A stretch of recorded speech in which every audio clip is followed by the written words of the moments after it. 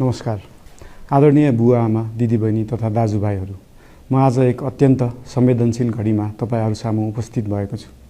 केही दिन अघि सुनसरीको देवानगञ्ज, सिराहा लगायतका स्थानमा भएको दुःखद घटना र त्यसपछि केही जिल्लाहरूमा उत्पन्न अशान्त वातावरणलाई लिएर नेपाल सरकार पूर्ण रूपमा गम्भीर र संवेदनशील छ।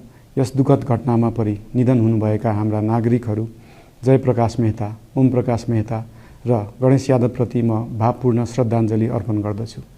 साथै शोक सन्तप्त परिवारजनहरूमा नेपाल सरकारका तर्फबाट गहिरो संवेदना व्यक्त गर्दछु। घटनामा परि घाइते हुनुभएका सम्पूर्ण नागरिकहरूको शीघ्र स्वास्थ्य लाभको कामना गर्दछु। घाइतेहरूको उपचारमा कुनै पनि प्रकारको कमी वा ढिलाइ हुन नदिन सम्बन्धित स्वास्थ्य निकायहरूलाई स्पष्ट निर्देशन दिइसकिएको छ।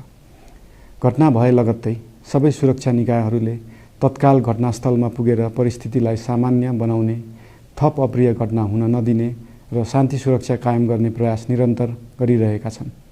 घटनाको निष्पक्ष छानबिन गरी दोषीलाई कडा कानुनी कारबाही गर्न गृह मन्त्रालयले छानबिन समिति गठन गरिसकेको छ।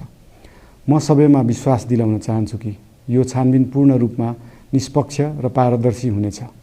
घटनामा संलग्न दोषी जो कोही भए पनि कानुनी दायरामा ल्याउन सरकार प्रतिबद्ध छ।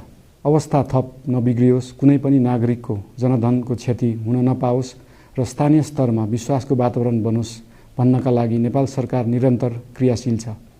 परिस्थिति सामान्यीकरण गर्न केन्द्र स्तरमा सर्वदलीय बैठक आह्वान गरी गहन छलफल गरिएको छ।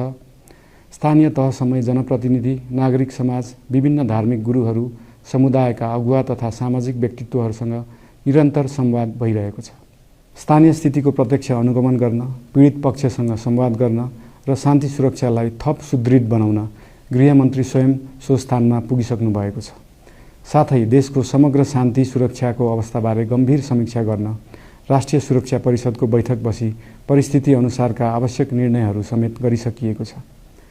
यस्तो संवेदनशील घडीमा सामाजिक सञ्जाल वा अन्य माध्यमबाट असत्य, अपुष्ट सूचना, अफवाह, घृणा फैलाउने सामग्री वा समुदायबीच वैमनस्य बढाउने अभिव्यक्ति प्रचार प्रसार नगराउन अनुरोध गर्दछु।